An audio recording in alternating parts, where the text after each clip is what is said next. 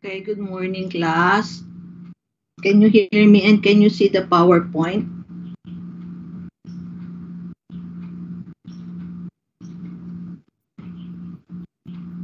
Yes po, Prof. Yes po. Okay, thank you. So, for MT31, I will just discuss what I have not finished discussing with you yesterday, the non-fermentative organism and another pathogenic, no, enteric bacteria, which is Yersinia. So after that, then I'm done, no, with the MT31. But for MT33, after this, you have another link, no, we will continue discussing. So I will finish all the discussion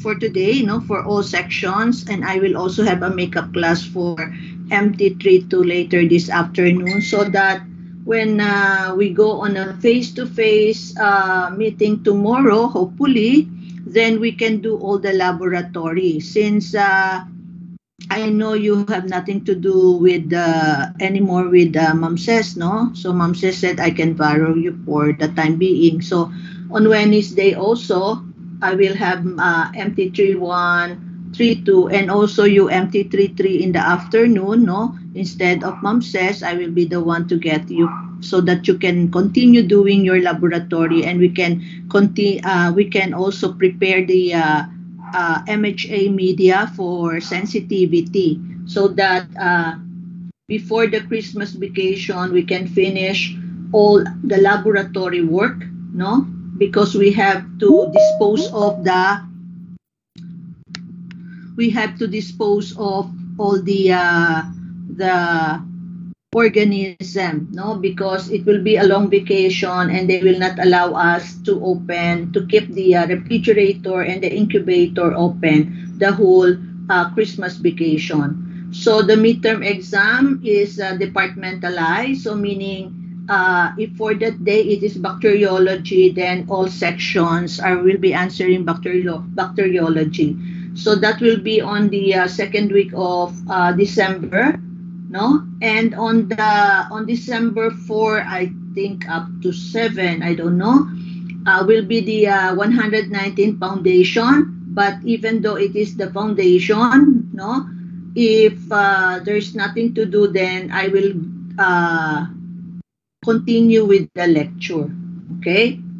Ayan, because once we came back after the Christmas vacation, there is only I think 2 weeks, no, before the final, the comprehensive exam, and also there is still the defense, no, that we have to allot 2 days for the defense, no. So you will be excused from your classes during the defense. So for the objective of today's topic, of course, you have to describe the normal sources, identify the factors that contribute to the pathogenicity or the different virulence factor, no, and how you're going to identify each organism, and also the pathogenesis of each organism. Okay, so when you say fermenters, those that ferment carbohydrates. And when you say non-fermenters, those that do not ferment carbohydrates. So actually, no, you can also see the term as a charolytic or non-oxidizer. So when you encounter that word, isa lang ang ibig sabihin niyan, hindi siya nakaka-breakdown, no, ng carbohydrate for its energy. Pag sinabi mong kamukha nito, no, lahat ng aaralin natin this morning is non-fermentative, no? So non-fermenting gram-negative bacilli, okay? So group sila together as NFO, no? Kasi hindi sila nakaka-acidify ng OF media. So again, if you're going to go back to the PowerPoint of biochemical test, which I have given you during the prelim, no? Makikita niyo doon yung OF media, no? Yung OF media, which I will review later on, no? Yung OF media, nilalagyan niya ng mineral oil. So there will be an aerobic and anaerobic test tubes, okay? So kahit sa TSI, non-fermenting itong mga organism na aaralin natin ngayon. So they grow sa aerobic condition. So pag sinabi mo namang oxidizer, ino-oxidize nila ang carbohydrates, dun sila nagdi-derive ng energy, no, para sa metabolism nila. Okay? Doon sa carbohydrates. So ang mga aralin nating organism, you have Pseudomonas, Acinetobacter, Stenotrophomonas maltophilia, and other lactose-negative oxidizer. Again, they are asaccharolithic. Sorry for the spelling ng asaccharolithic, that is double S. So, gram-negative bacilli sila. So, mostly nosocomial sila, no? Makikita ninyo as we go along the discussion, sila ay na-isolate sa mga sa catheter, no, sa nebulizer. So they are really opportunistic and nosocomial infection. Okay, pag sinabi mong oxidative, like I said, kailangan ng oxygen, fermentative, hindi. So yung OF medium, meron siyang low concentration ng peptone at saka meron siyang isang carbohydrate na glucose.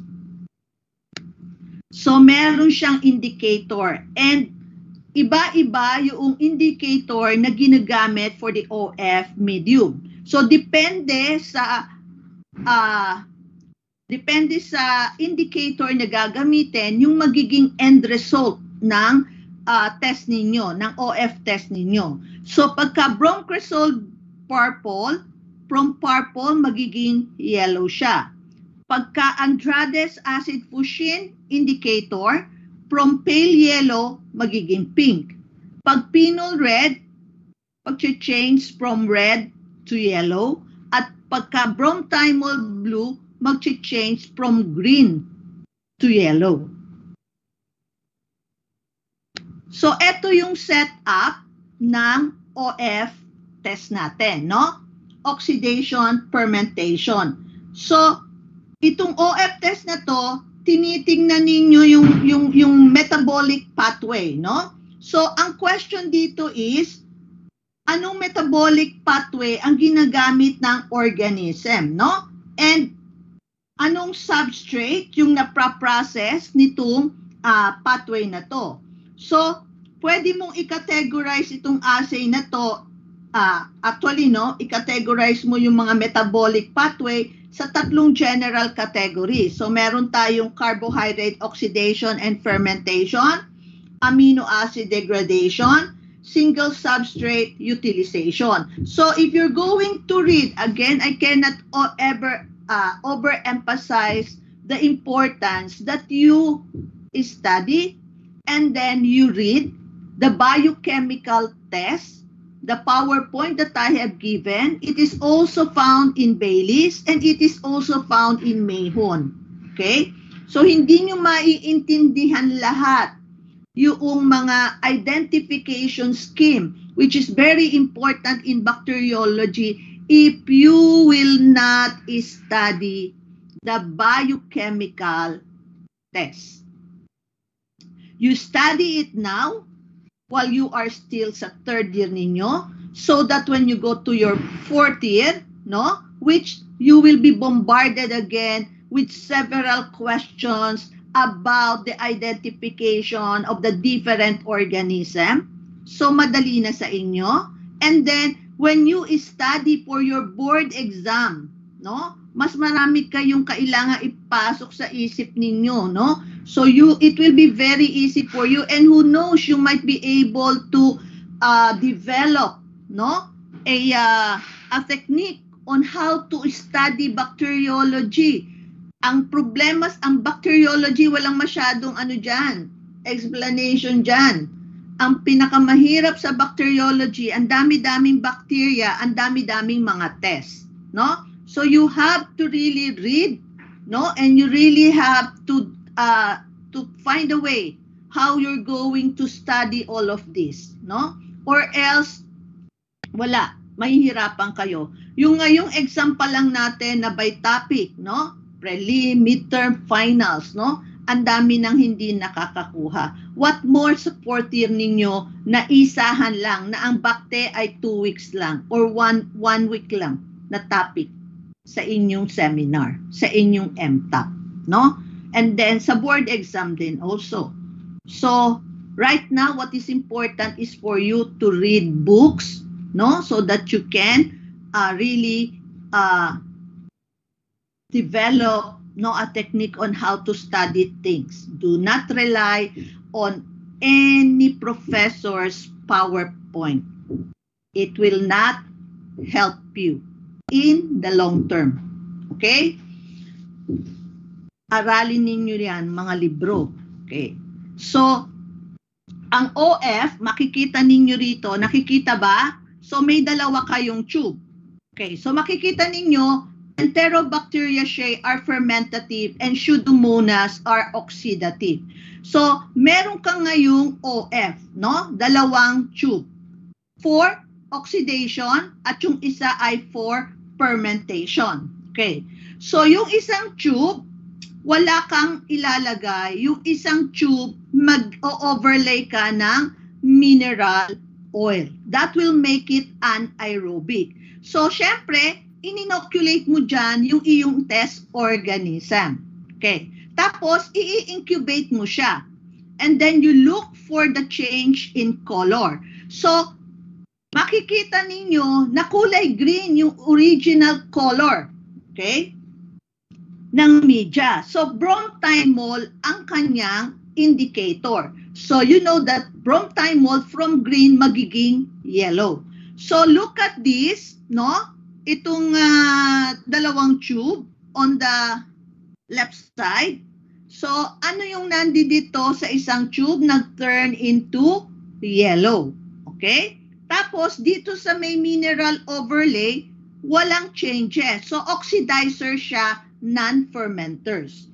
And then, dito sa gitna, nakita ninyo yung aerobic tsaka anaerobic tube, yung may mineral oil tsaka walang mineral oil, nag-turn into yellow. So, fermenter siya. And the last tube, nakita ninyo that both, no, yung walang mineral oil at saka yung may mineral oil ay no change, no, sa color, green pa rin. So, non-utilizer siya. So, this is the setup for the OF media, no?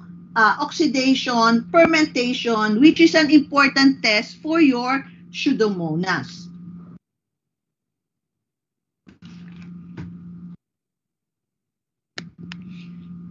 Okay, so ano ang general characteristic ng mga Pseudomonas? They are aerobic, non-spore-forming, straight, slender, gram-negative bacilli, as I've said, opportunistic pathogen, metabolism primarily respiratory, ferment carbohydrate by oxidative method. So, oxidase positive din siya.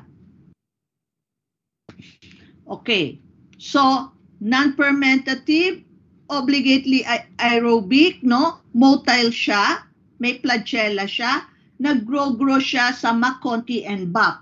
So, prefer niya yung moist environment.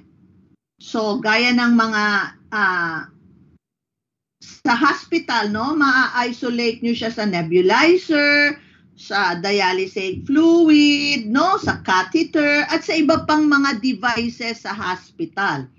So, itong mga non-fermenters organism na to, they can withstand treatment with chlorhexidine at saka itong quaternary ammonium compound. So, sila rin yung responsible for a number of serious infection, no? Including septicemia, meningitis, osteomyelitis, tapos yung pag after surgery or trauma, no?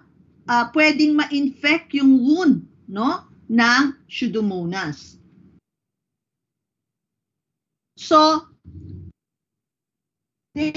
ang Pseudomonas, no, they are classified based on ribosomal RNA, no? So, may dalawang grupo yan.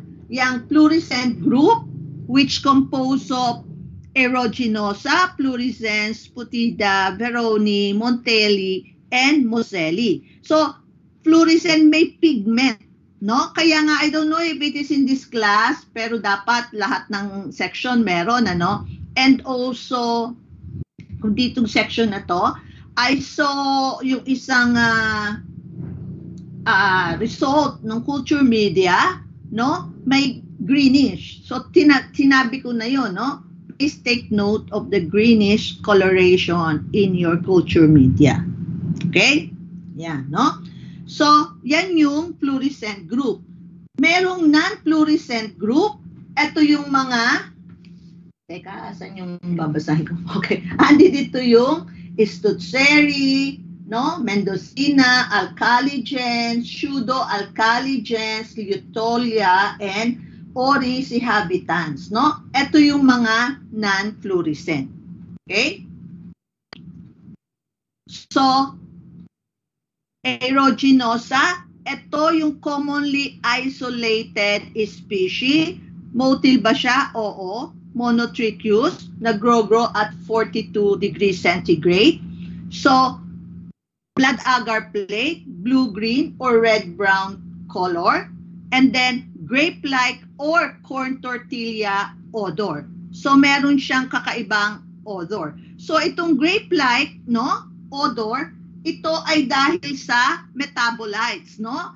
And ang nagbibigay ng grape-like odor sa Pseudomonas aeruginosa is yung 2-aminoacetophenone, no? So, siya yung nagbibigay ng grape-like color. Tapos, mucoid siya and implicated siya sa cystic fibrosis, which I will explain on the next slide. And then, beta-hemolytic ang pattern niya. So, cystic fibrosis, no? Ano ba ang cystic fibrosis? So, chronic pulmonary disease siya, no? May dysfunction ng exocrine gland, kaya nagsisecrete siya ng abnormal mucus, no? Very mucoid ang isolate, no? Pag may cystic fibrosis. So, kung titignan ninyo dito, no? Ito yung trachea, ito yung lungs. Okay, sa trachea may trachealis muscle, may smooth muscle, and then ito yung lumen. Yaan yung healthy. Okay, now, if a person have a genetic disorder, meron siyang cystic fibrosis, anong nangyayari? Yung smooth muscle kumakapal, no? And inflamed, no? There is an inflammation and there is an increased mucus secretion. So, yan ang nangyayari pagka mayroong cystic fibrosis. Kasi nga, may dysfunction ng exocrine gland. Kaya nagsisecrete ng abnormal mucus. So, titingnan ninyo rito, no? Sa BAP, no? Nag-grow ang pseudo. So, ang growth, you have flat siya, tapos parang nag-i-spread, tapos kung titignan ninyo yung edge, serrated siya, mucoid, no, smooth, tapos yung iba maliliit, ano, tapos may metallic sheen, no? So, pag mucoid type, okay, mas mabagal siyang mag-grow. So, nakita nyo naman ito, no? So, oxidase positive siya. Tapos, sa TSI, alkaline, may gray metallic sheen, no? Ayan. So, nag-grow siya at 42. So, tignan ninyo, blue-green pigment. May ganyan bang growth sa inyong culture media? No? Ayan. So, yan yung sa McConkey, no?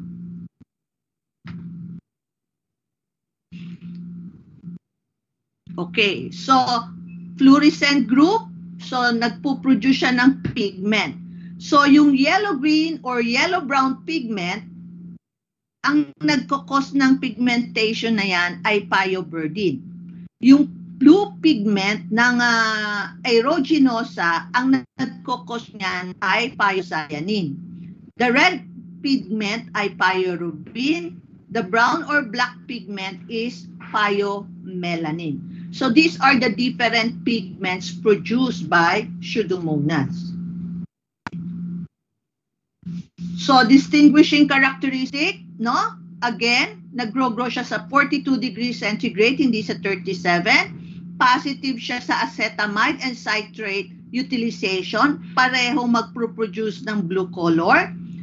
Nag-produce siya ng gluconate at positive siya sa arginine dihydrolase or ADH. Now, dahil lagi nating, dahil gagamitin natin ng citrate, no? Let me review you sa citrate, di ba? Ang citrate, dinidetermine kung ang organism ay nag-utilize ng citrate as nag-iisang source ng carbon.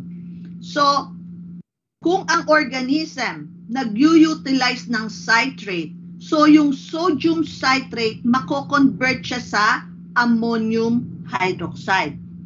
With the conversion of ammonium hydroxide, ano ang mangyayari? Mag-i-increase ngayon yung pH sa medium. So, ang indicator sa citrate ay bromthymol blue. So, there will now be a change in color to blue. Okay? For the other test, yung acetamide na yan, no, nandoon yan sa Baylis. Okay? So, refer to Baylis for the principle of the different tests. Okay, so virulence factor tayo. Isa ito sa ating objective this morning is for you to know what are the virulence factor, no? Para malaman mo kung anong sakit, no? Yung mga pathogenesis ng bawat different organism. So meron siyang endotoxin, meron siyang exotoxin A. Yung exotoxin A nagkukos ng tissue necrosis at ini-inactivate ang elongation factor 2. Itong inactivation ng elongation factor 2, mamimit nyo ulit ito pag dating natin sa Corynebacterium, no? Sa diphtheria. Okay? So, meron din siyang pyocyanin. Itong pyocyanin nagda-damage sa cilia at sa mucoid cells. Meron din siyang, aside from the mga nakasulat na dyan, meron din siyang berdoglobin. Bine-breakdown niya ang hemoglobin. And then, you have the alginate, an exopolysaccharide. Ano naman ang ginagawa ng alginate? Pinuprotektahan niya ang bacteria from the adverse surrounding, no? At siya yung siya yung nag-enhance, no, ng adhesion ng bacteria. Okay. So, syempre, pagka na-protection na ng bacteria against adverse surrounding, mas makakasurvive siya. Diba? Mas mahirap siyang patayin. Okay?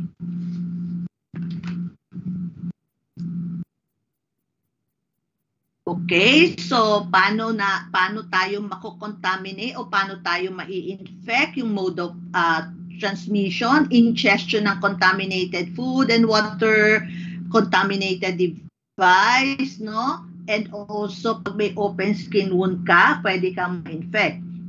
yung mga contact lenses na gasan with contaminated solution, no? And also yung mga hot tubs and whirlpools baths, no? Yung mga ano sa swimming pool, yung mga hindi masyado or under chlorinated yung water. So, ang clinical significance, so aside from this, no, pwede mong i-categorize, no, ang infection with, halimbawa, skin and soft tissues, no? So, sa burn wound infection, no, common siya cause ng burn wound infection, ang tawag ay ecthyma gangrenosum, no? So, makikita mo kulay green yung nana na lumalabas dun sa wound. So, gaya ng sinabi ko, no, yung hot tub, no? So, pwede kayong magkaroon ng hot tub folliculitis. Bakit? Kasi hindi tama or inadequate yung pagkaka-chlorinate ng mga swimming pool o ng mga hot tub, no? Tapos meron din kayong yung sa ano nyo, no, yung sa kuko, yung kulay green. So ang tawag doon ay green nail syndrome. So sa bone at saka sa cartilage infection naman, no? Nagkaroon ka ng wound, no? Pwedeng mag-deeper yon, mag-ano ka ng osteomyelitis. And then, merong tinatawag na pubic osteomyelitis at ito ay nakikita sa mga IV drug user, intravenous drug user. And then, pneumonia, no? Makikita yan sa mga nakukuha yan sa mga ventilators, no? Contaminated yung mga ventilators. So, kaya tinawag na ventilator-associated pneumonia. So, bronchiectasis, tsaka andyan na yung cystic fibrosis sa patient. At siya yung third, no? Commonly caused nosocomial urinary tract infection. Pwede din magka-sepsis, no? Ang ano doon ay ecthyma gangrenosum, no? Hemorrhagic lesion. Ito yan. Ayan, no? Ayan. So, nagkaroon na ng sepsis and you develop this ecthyma gangrenosum, no? So, masakit, no? At saka lumalalim, parang nauuka. Okay, so these are the less species, no, ng Pseudomonas. You have fluorescens and Potidae. Saan sila na-isolate sa contaminated, no? So yung ating tandaan ninyo when you go to your blood banking, no, one of the things into, no, is yung blood bag, no? Baka mamaya hindi maganda yung pagkakakuha ng dugo, no? And makikita mo dun sa blood bag mo ay may ibig sabihin contaminated yan, may bacterial contamination yan, no? Pwede mo yan i-culture, no? And pag yan na-isalin sa pasyente, magkakaroon ng reaction, no? And then pag pina-stop and then ipa-culture yung blood, no, makikita mayroong bacteria. Sa mga cosmetics din, no? Sa mga ang Pseudomonas talaga pang ano yan, no? Yung mga sa hospital equipments, okay? So ayan, link to transfusion-associated septicemia. Okay? So, be very careful, no? Pag-re-release nyo ng blood, no? When you are assigned sa blood bank, no? Hindi lang, it's not enough that you have a compatible nga, pero contaminated naman ng bacteria. Siyempre, papasok sa katawan ng pasyente yon, mahina na nga siya, nasa hospital na nga siya dahil kailangan niya ng transfusion, no? Tapos papasukan mo pa ng blood na may bacteria, okay? So, syempre mag-chill agad yan, ano? Kasi mag-i-infection, okay? So, ang differential test, no, is gelatin hydrolysis, positive ang fluorescence. So, for the laboratory diagnosis, blood, wound discharge, sputum, gram staining, no? For the culture, you have the BAP, the CAP, the MAC, you have the Sellers medium, cetrimide agar, irgazan, Seller's medium, ito yung magpropromote ng pigment production. Cetrimide agar, differential and selective medium. Ini-enhance din ang pigment production, no? Yung pyoverdine and pyocyanin ng pseudoaeruginosa. So, biochemical test, again, no? TSI, motility test, no? Oxidase, hydrogen production, and page typing, no? So, sinabi mong page typing, you are testing the bacteria page, no? Na nag-infect doon sa bacteria. Okay? Okay, so another species, we have the Acinetobacter, no? So, nakikita ito sa soil tsaka sa water at part siya ng skin as a normal flora. So, common siyang colonizer pero less commonly caused nosocomial infection. Okay? Mas less siya kaysa sa Pseudomonas. Okay? So, microscopy, plump, gram-negative cocobacilli which may appear in pairs. So, culture MAC, exhibit a purple color. Biochemical test, positive sa catalase, negative sa oxidase. Related infection, UTI, pneumonia, endocarditis, meningitis, and cellulitis. So, ano yung mga species, no? You have the Baumannii, glucose oxidizing, non-hemolytic strain. Ito yung common na na-isolate. And then you have Iwophi, non-glucose oxidizing, non-hemolytic. And then you have Hemolyticus, non-glucose oxidizing, natural hemolytic strain. Kaya nga ang pangalan niya ay Hemolyticus. Okay, so we have the Stenotrophomonas maltophilia, third most commonly isolated non-fermentative gram-negative bacillus. So motil, 42 degrees. Pwede niya rin makontaminate yung blood drawing equipment. Okay? So, ingat-ingat sa blood draw sa ng dugo, no? Acid production for maltose, not glucose, kaya maltophilia. Ang affinity niya ay sa malt, hindi sa glucose. Short to medium size, gram-negative. Sa culture, BAP, anong pigmentation? Lavender green to light purple.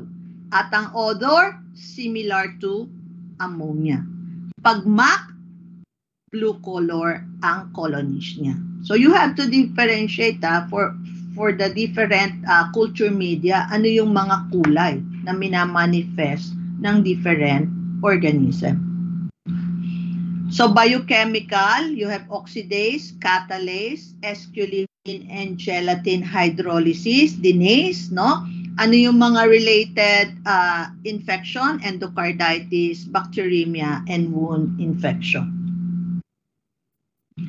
Burkholderia, so they are obligate aerobe, motil except for the Malay, yung species Malay, no? Generally non-pathogenic, na-acquired sila through contact with contaminated, again, medical devices. Okay? Nagrogo siya sa BAP, sa CAP, sa MAC. So, medium-sized gram-negative, positive sa catalase, tsaka sa oxidase. Ano yung mga species? Cepacia, Pseudomallei, Malay, and Gladioli. So, Cepacia sa mga anesthetics, nebulizer, detergents, tsaka disinfectant. No? Doon yan mga na-isolate. Nag-grow siya sa BAP, sa MAC. Yung viability niya, no? Nawawala na sa BAP for 3 to 4 days. So sa BAP, non-wrinkled yellow or yellow-green color. Weak positive oxidase.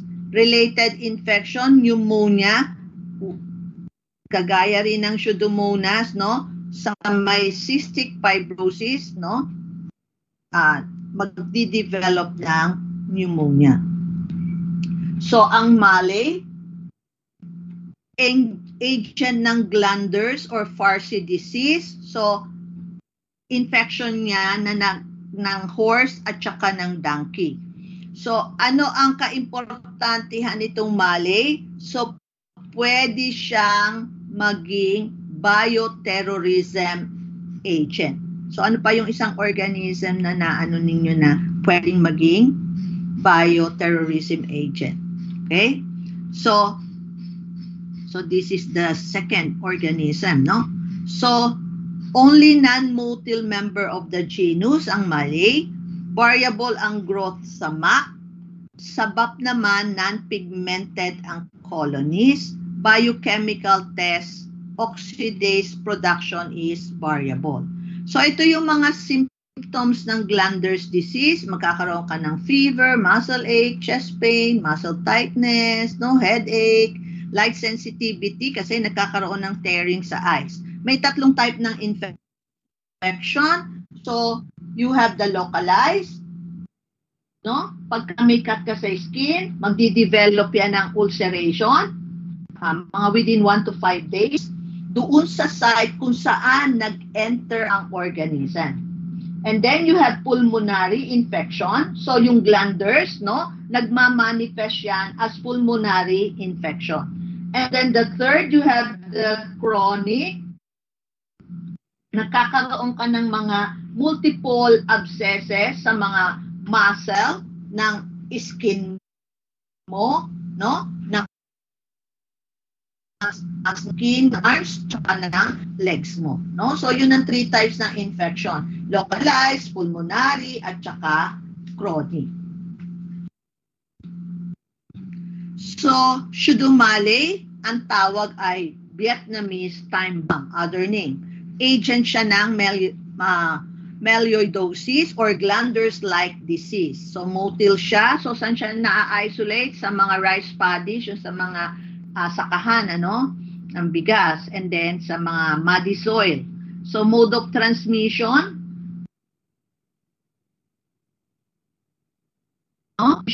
of contaminated debris or direct inoculation dahil may damaged skin ka or mucous membrane, may point of entry. So, yung melioidosis, ang tawag din dyan, other name ay Whitmore's disease. At usually, no, sakit yan sa Southeast Asia, kaya nga Vietnamese time bomb, no? So, paano yan na-acquired? Na-contaminate yung wound mo or na-inhale mo or na-ingest, no? So, magkakaroon ka ng chronic, no, or acute pulmonary infection na mayroong septicemia, no, at saka multiple abscesses sa maraming organs mo. Okay, signs and symptoms, localized, no? Pain, fever, ulceration, abscess. So, pulmonary, cough, chest pain, high fever, headache, and anorexia infection. Sa bloodstream naman, fever, headache, no? Abdominal discomfort, joint pain, disorientation. Disseminated, fever, weight loss, muscle or joint pain, headache, and seizures. So, for the microscopy, presence of bipolar bodies. Ano yung culture media? Ashdown medium with colistin colonies. Ano ang itsura ng colonies? Dry, wrinkled, and have a deep pink color.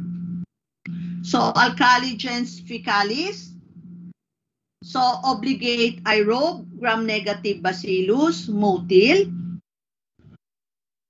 Na-isolate siya sa soil, sa hospital environment. So, mode of transmission, medical devices at actions. So, culture, back, meron siyang feathery edge, hindi siya pigmented, alpha-hemolytic, no? Fruity odor, kamukha ng odor ng apple at saka ng strawberries, no? And nag-grow siya sa McConkie. Positive oxidase grows in 6.5% sodium chloride broth.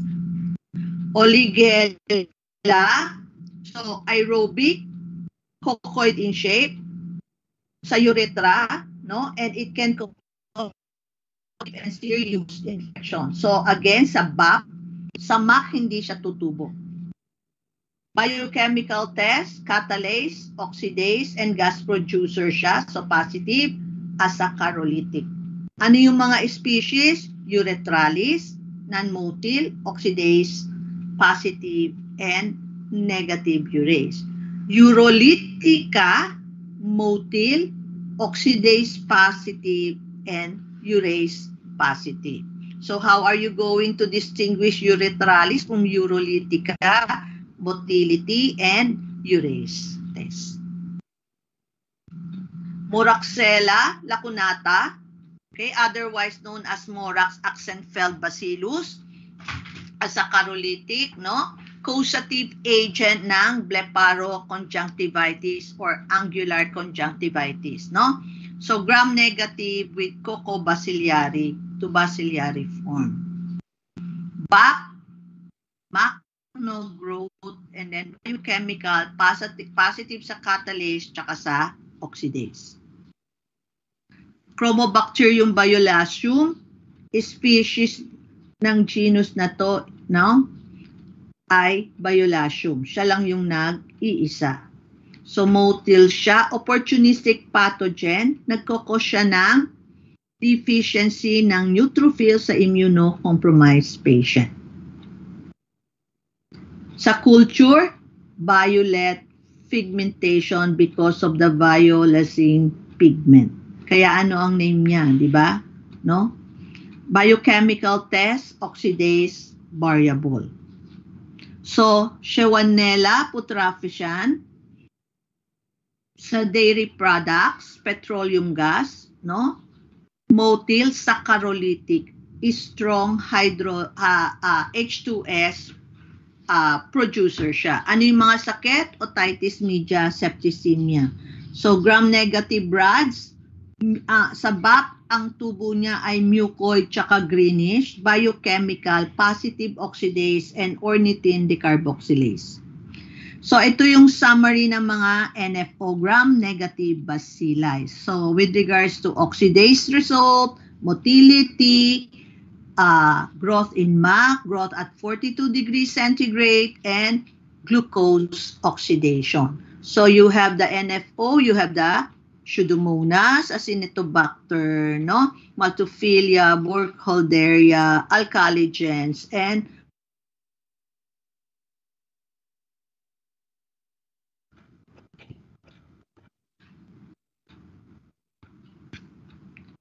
so we go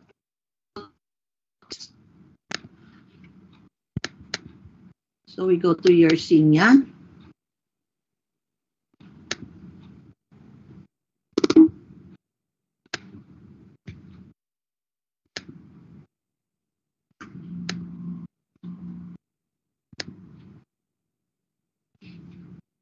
Okay, so Yersinia.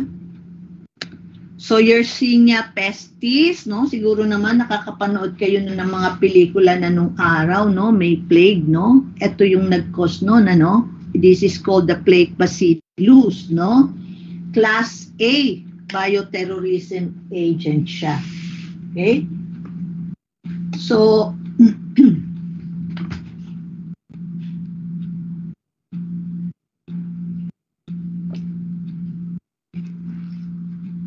so, ano na ang nang-aral natin na bioterrorism agent? Pangatlo na to, no?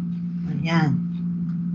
So, peste, no? Yung Yersinia pestis, kaya nga pestis, no? Not part of the flora of the human GIT, talagang, ano siya, pathogenic siya. Mode of transmission, no? Bite ng infected flea. Ano yung vector? Xenopsilia chopis or otherwise known as the oriental rat flea. Ito ay, tawag dito ay bubonic, pneumonic, septicemic plague, no? Siya yung most virulent bacteria. Okay?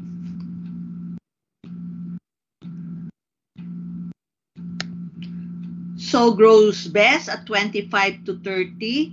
So, syempre, yung rat ang may dala, no? Virulence factor, you have the endotoxin, coagulase, and fibrinolysin. So, pag tinignan mo siya under the microscope, so, short plump rod, bipolar, no? Parang safety pin. Okay? Pag na-stain, no? Parang safety pin ang appearance. So, anong pang stain mo? Right, Chemsa, Wazone, methylene blue, catalase positive, oxidase negative. So, ito yung sinabi ko, bubonic, pneumonic, septicemia. So, sa bubonic, kasi yung bubus, no? Pag pumunta kayo sa ibang bansa, no? Pagka may bukol, may bubu, ganun ang tawag nila, no? Yan, no? At, itong bubonic, no, cutaneous hemorrhage, no? So nagkakaroon ng inflammation ng lymphatic glands na tinatawag na bubus, no? So naglilid sa necrosis, kaya nga tinawag na black death, no? Dahil there is an extensive darkening ng skin. Bakit? Kasi may cutaneous hemorrhage. Okay? And then you have the pneumonic. Pag ang Yersinia sa bloodstream na-infect yung lungs, no? So, bronchopneumonia, hemorrhagic din siya. Okay? Airborne in transmission. Yung mga airborne na, no, medyo mahirap yan, no? Kaya mga virulent yan. And then, septicemia, of course, kumalat na sa blood, no? So, laboratory identification, stain smear, cultivation, no? Sa McConkey, deoxyculate agar. So, red ang colony. Sa BAP, non-hemolytic. Sa broth culture, magpo-form siya ng pellicle, term as stalactite streamer. So, pinakita ko na sa inyo yung different growth, no? Sa broth, no? So, ang growth niya is described as pellicle. Ang term is stalactite streamer. Nakapunta na ba kayo sa Palawan? Doon sa ano yun, yung sa cave, 'di ba? Merong mga parang yung pagka tumutulo yung water, ano, nagpo-form ng stalactite, no? Yun, parang ganun ang kanyang tubo sa broth, no? And then for the biochemical, TSI, K/A, IMBIC, negative, positive, negative, negative.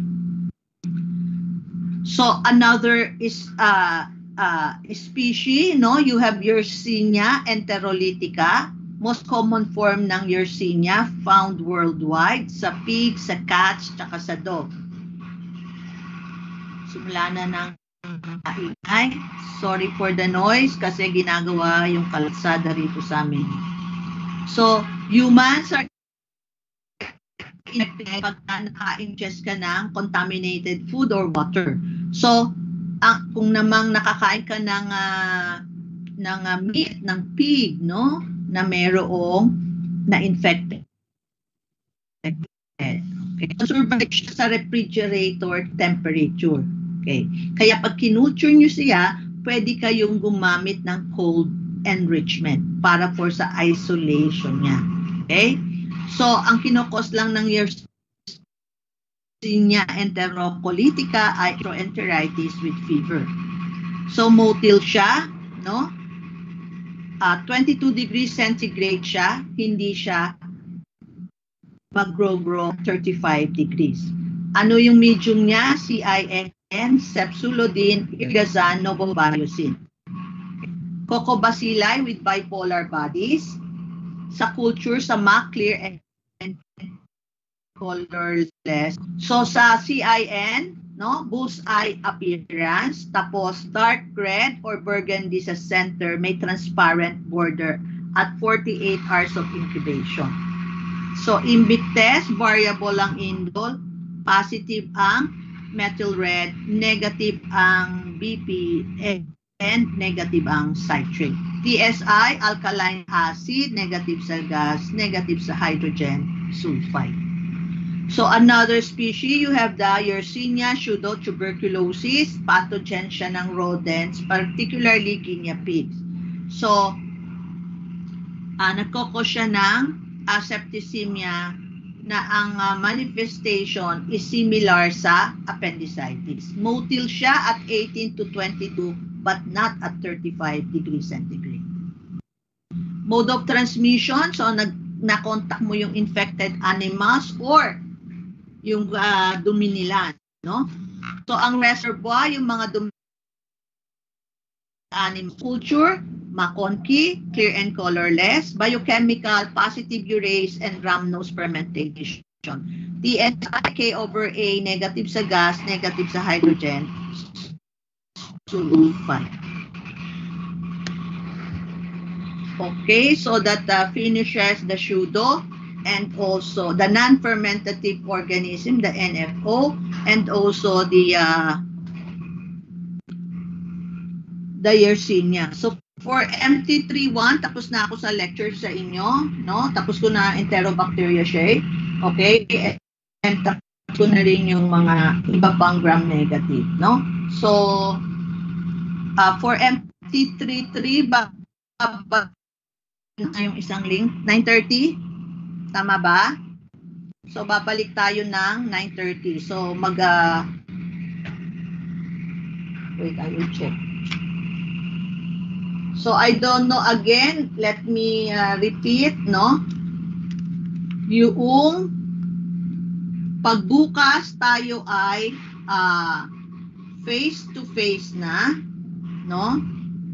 Yan, 9:30 ang MT33. Pag tayo ay face to face na, MT31, kailangan mabilis ang kilos bukas dahil huling-huli na kayo, no? Hindi pa kayo nakakapag-catalase, India Inc., no? Yung mga test na yon. Samantalang ang 3.3 at saka ang 3.2, nagawa na nila yan. So ang gagawin na lang nila bukas is yung mga hindi pa nakatapos tumingin under the microscope ng gram stain tsaka India Inc., yun na lang. And then plant na sila ng chemical test para ma-read na, no? Wala ako ng 23-24, so sa 28-29 i-read i-read nyo na yung kinabukasan ng Thursday, but yung pag-drop ng reagent for MRBP at saka sa SIM, yun lang naman ang may i-add na reagent sa 28 na natin gagawin. Okay, so MT31, no? Pag wala pa rin pasok, walang pasok, but kung tayo ay online na naman bukas, kasi 3 days daw yan, so I don't know kung anong magiging decision. Wala namang pasok ng 27, so hihiramin ko ulit kayo ng 28 kay Ma'am Ses. Okay? Para maayos nyo yung inyong, para makakatch up kayo with the other sections. Okay? Okay na? So, thank you for listening and thank you for attending. So, for MT33, we will resume at 9:30 for MT31. I'm done with you. Thank you so much. Okay? Thank you, ma'am. Thank you po, ma'am. Bye.